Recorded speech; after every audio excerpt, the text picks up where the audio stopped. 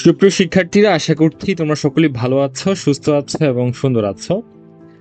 তোমরা যারা জগন্নাথ বিশ্ববিদ্যালয়ের সপ্তম মেরিট লিস্ট দেওয়ার পরবর্তী সময়ে অষ্টম মেরিট লিস্ট নিয়ে খুব শঙ্কায় ছিলে কিংবা বিভিন্ন মাধ্যমে জানতে চাচ্ছিলে যে অষ্টম মেরিট লিস্ট আদৌ দিবে কিনা, কারণ গণবিজ্ঞপ্তিতে যারা ভর্তি হতে গিয়েছিল সবাই ভর্তি হবে, কেউ তো আর ভর্তি না হয়ে থাকবে না কিংবা ভর্তি বাতিল করবে না।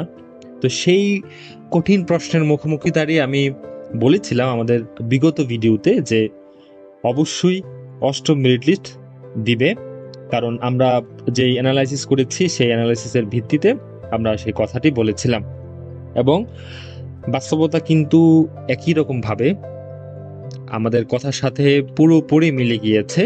সেটি হচ্ছে, তোমরা যারা ওয়েটিং এ আছো তোমাদের জন্য আজকে খুবই স্বস্তির একটি সংবাদ বা খুশির একটি সংবাদ বলতে পারো, যে জগন্নাথ বিশ্ববিদ্যালয় 2024-25 শিক্ষাবর্ষে সকল ইউনিটে ABCDE সকল ইউনিটে অষ্টম পর্যায়ে মেরিট তারা প্রদান করবে। আমরা এই ভিডিওতে জানব যে কত তারিখে সেই তোমাদের কাঙ্ক্ষিত অষ্টম মেধা তালিকা প্রকাশিত হবে এবং এর পরবর্তীতে তোমাদের যারা তোমাদের সাবজেক্ট পাবা কিংবা যাদের মাইগ্রেশন হবে পরবর্তীতে তাদের করণীয় কি, সেই বিষয়ে আজকে আমরা এই ভিডিওতে দেখার চেষ্টা করব।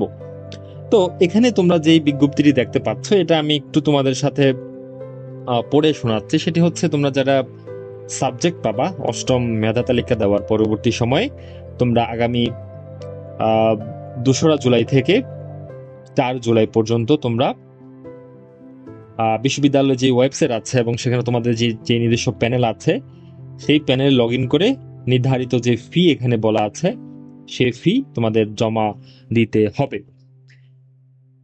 তোমরা যদি কেউ এই ফি গুলো জমা দিতে ব্যর্থ হও তাহলে কিন্তু তোমাদের ভর্তি প্রার্থিতা বাতিল করা হবে। সো অবশ্যই নির্ধারিত সময়ের মধ্যে যেই তারিখ এখানে উল্লেখ করে দেওয়া আছে অবশ্যই এই উল্লেখিত তারিখের মধ্যে তোমাদের ভর্তি ফি প্রদান সম্পন্ন করতে হবে। এবার আমরা একটু দেখার চেষ্টা করব যে কোন ফ্যাকাল্টিতে কিংবা কোন বিভাগে তোমাদের ভর্তি ফি কি অবস্থা, ঠিক আছে, কত টাকা তোমাদেরকে পে করতে হবে এই যে নির্ধারিত যে 2রা জুলাই থেকে 4ঠা জুলাই পর্যন্ত। প্রথমে আমরা দেখতে পাচ্ছি যে বিজ্ঞান অনুষদ, লাইফ অ্যান্ড আর্ট সায়েন্স কিংবা সংশ্লিষ্ট যে বিভাগগুলো আছে এই অনুষদে, সেখানে তোমাদের ভর্তি ফি হচ্ছে 12,430 টাকা। কারণ এই ফ্যাকাল্টিতে অর্থাৎ বিজ্ঞান অনুষদে তোমাদের কিন্তু বেশ কিছু প্র্যাকটিক্যাল ওয়ার্ক আছে, এজন্য তোমাদের এখানে ভর্তি ফিটা একটু বেশি।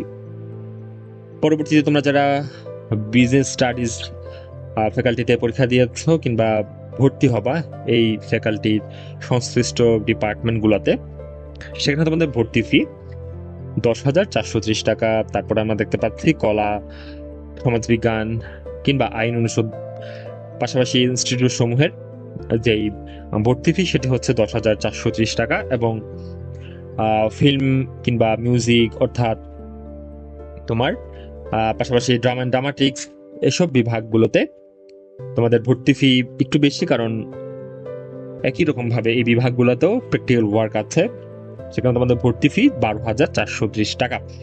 সর্বশেষ চারুকলা অনুষদভুক্ত যেসব বিভাগ আছে সেখানে তোমাদের ভর্তি ফি 12,430 টাকা, কারণ তোমাদের এই ফ্যাকাল্টির ডিপার্টমেন্টগুলোতে তোমার প্র্যাকটিক্যাল ওয়ার্ক আছে। এখন আসি তোমাদের ভর্তি হওয়ার সময় কি কি ডকুমেন্টস নিয়ে যেতে হবে।